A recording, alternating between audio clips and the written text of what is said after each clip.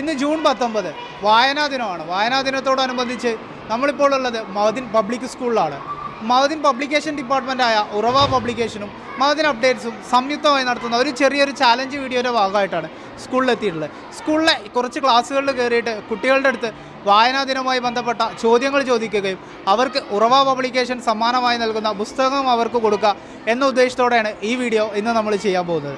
അപ്പോൾ നമുക്ക് ക്ലാസ്സുകളിലേക്ക് പോകും. ആരുടെ ഓർമ്മക്കായാണ് ജൂൺ 19 വായനാ ദിനമായി ആചരിക്കുന്നത്? PN പണിക്കർ. ചരിത്രമാണ്. PN പണിക്കറിൻ്റെ ഓർമ്മയ്ക്ക് വേണ്ടിയിട്ടാണ് വായനാ ദിനമായിട്ട് ആചരിക്കുന്നത്. അപ്പം ചരിത്രം പേരെന്താ? യാമിൻ അർഫാത്ത്.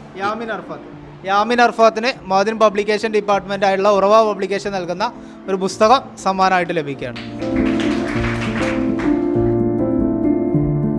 മലയാള ഭാഷയുടെ പിതാവ് എന്നറിയപ്പെടുന്ന ആരാണ്? തുഞ്ചത്ത് എഴുത്തച്ഛൻ. റസീൻ മുഹമ്മദ്. എഴുത്തച്ഛനാണ് ശരി ഉത്തരം. തുഞ്ചത്ത് രാമാനുജൻ എഴുത്തച്ഛൻ. എന്താ പേര്? മുഹമ്മദ് നിഷിൻ.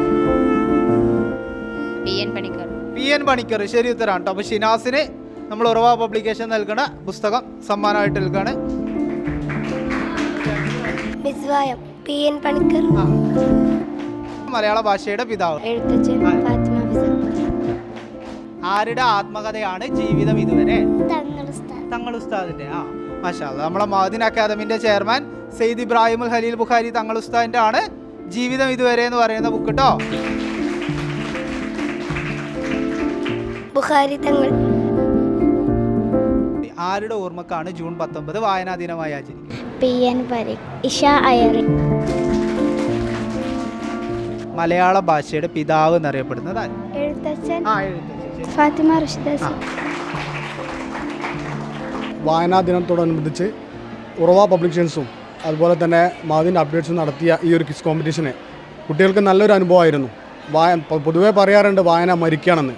പക്ഷേ ഈ ചോദ്യോത്തരങ്ങൾ കുട്ടികൾ പറയുമ്പോൾ നമുക്ക് മനസ്സിലായി വായന മരിക്കുന്നില്ല, പുതിയ തലമുറ വായനയെ ചേർത്ത് പിടിക്കുന്നുണ്ടെന്ന് നമുക്ക് മനസ്സിലായി. ഈ ഒരു പ്രോഗ്രാം ഇവിടെ മഹദിൻ പബ്ലിക് സ്കൂളിൽ വെച്ച് നടത്തിയ മഹദിൻ ഉറവ ടീമിനും അതുപോലെ തന്നെ മഹദിൻ അപ്ഡേറ്റ്സ് ടീമിനും ഞങ്ങളുടെ സ്കൂളിൻ്റെ ഭാഗത്തുനിന്നുള്ള എല്ലാവിധ നന്ദിയും രേഖപ്പെടുത്തുന്നു.